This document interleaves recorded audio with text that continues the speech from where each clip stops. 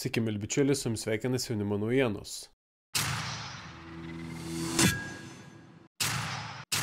Vilniaus miesto apylinkės teismas pirmadienį vadinamojoje riaušių prie Seimo byloje 84 kaltinamuosius pripažino kaltais, tačiau dauguma jų skirtos lygtinės laisvės atėmimo bausmės. Antanui Kandrotui, pravarde Celofanas, teismas skyrė subendrintą 4 metų kalėjimo bausmę, o Andrejui Lobovui 2 metų lygtinę laisvės atėmimo bausmę. Abu jie pripažinti recidivistais. Tuo metu mokytoja Astrai Genovaitei Ostrauskaitei, organizavusiai protesto akciją, skirta subendrinta lygtinė 2 metų ir 2 mėnesių laisvės atėmimo bausmė. Kovotojas Arnoldas Misiūnas nubaustas metų ir 11 mėnesių laisvės atėmimo bausmė lygtinai. Įdomu tai, kad skelbiant nuosprendį sutriko vienos iš 3 teisėjų Zinos Vilnienės sveikata. Striaukai skaitant nuosprendį, Zina Vilnienė iš pradžių prisėdo, tačiau vėliau pradėjo kristi nuo kėdės ir Striaukas paskelbė posėdžio pertrauką.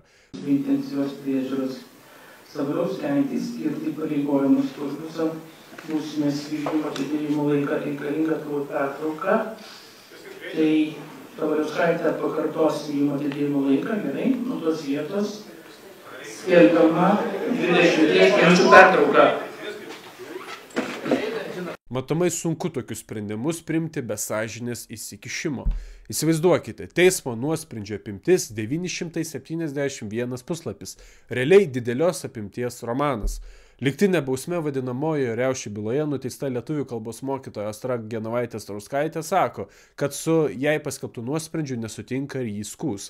Taip skūsim, visa Lietuva žino, kad po protesto ir taikaus mitingo išvažiavau į prezidentūrą, ten vežiau rezoliuciją ir į namus Pilaitėje. Čia absurdas. Jeigu man priteisė ieškinius, vadinasi, aš iš Pilaitės kažką mėčiau. Čia politinė byla, kol mafija šaika, kol Žygimantas Pavilionis valdo, tokia ir teisėsauga bus. Eltai po nuosprendžio teisme pirmadienį sakė Astra Genovaitė Ostrauskaitė. Vadinamosios riaušės kilo 2021 m. rugpjūčio 10 d. po taikaus protesto prie Seimo, kuriame susirinko 1000 žmonių protestuoti prieš vadinamosios pandemijos suvaržymus. Tad prisiminkime bendrą kontekstą. Tuo metu buvo įvedamas vadinamasis galimybių pasas, kuris buvo viena iš didžiausių diskriminacinio pobūdžio priemonių Lietuvos istorijoje. Šis vadinamasis pasas žmonėms atėmė beveik visas konstitucinės teisės. Be jo nebuvo galima studijuoti, dirbti, keliauti, net maisto nusipirkti, o juk žmogus be maisto ir be vandens ilgai gyventi negali. Tad tie žmonės, kurie priešinosi šiems sunkiai protų suvokiamiems suvaržymams, teisiami kaip didžiausi nusikaltėliai. O tie žmonės, kurie šiuos sprendimus įgyvendino, toliau gyvena ramiai. Kiti vėl perrinkti į Seimą, kiti į Seimą nepateko, bet susirado darbus ir ramiai gyvena.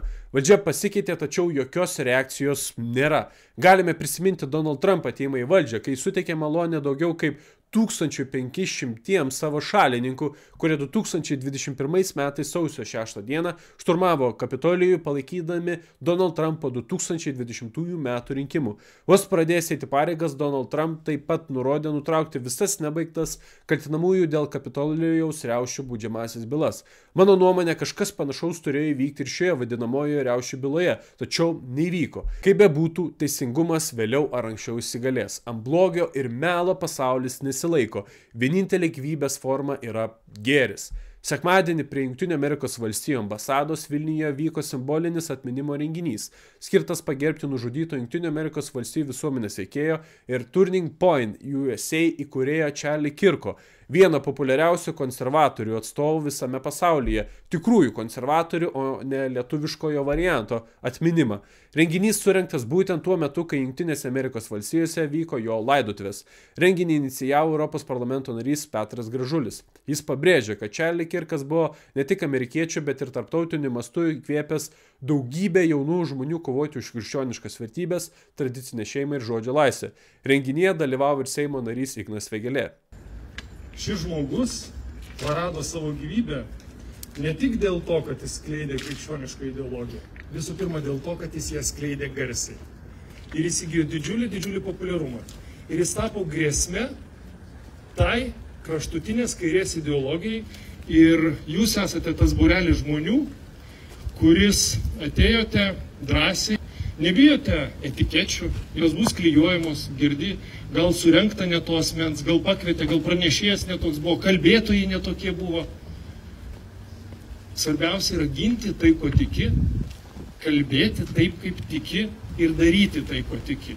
Ir žinot, jūsų dabartinis ateimas čia, pagerbiant laidojimo metu Čarlį Kirką, jis yra vertingesnis negu krašto apsaugos ministrė Šakalienės kelionės į Ameriką.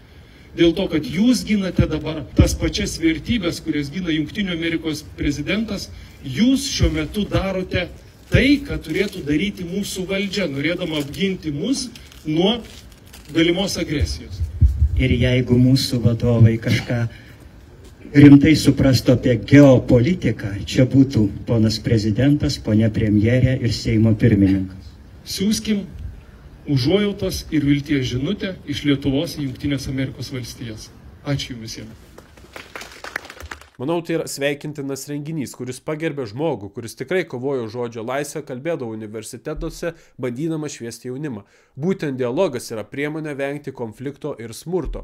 Jo nužudymas tokioje simbolinėje vietoje, kalbant universitete su jaunais žmonėmis, parodė, kad yra asmenų, kurie aiškiai yra prie žodžio laisvę ir dialogą visuomenėje, tačiau esantis palaikymas Čarliui Kirkui visame pasaulyje rodo, kad tokių žmonių yra mažuma. Sekmadienį vykusio Čarlį Kirk laidotuvėse dalyvavo net apie 200 000 žmonių. Donaldas Trumpas teigia, kad Čarlį Kirk buvo atsidavęs vyras, tėvas, sūnus, krikščionis ir patriotas, o nužudytas buvo dėl to, kad pasisakė už laisvę ir teisingumą, už Dievą ir valstybę, už logiką ir sveiką protą. O ką jūs, brangūs žiūrovai, galvojate apie šias naujienas? Savo nuomonę galite palikti komentaruose. Iki.